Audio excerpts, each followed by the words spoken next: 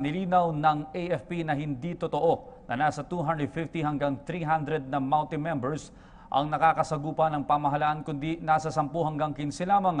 Ayon kay Captain Joan Petinglay, spokesperson ng AFP West Mincom, pinabulaanan rin ng mga otoridad ang ulat na nilusob o inukupa ang isang ospital sa lugar, maging ang pagsunog sa isang kulungan. Gayunman, totooan nila na nagkaroon ng pagpapaputok sa isang ospital na ginawa ng mga bandido bilang diversionary tactic. Ang high-value target na si Isnilon Hapilon ang target ngayon ng operasyon ng Armed Forces of the Philippines sa Marawi City. At yan po naman ang aming mga nakalap na balita at impormasyon. Para sa PTV Newsbreak, ako po si Audrey Goriseta.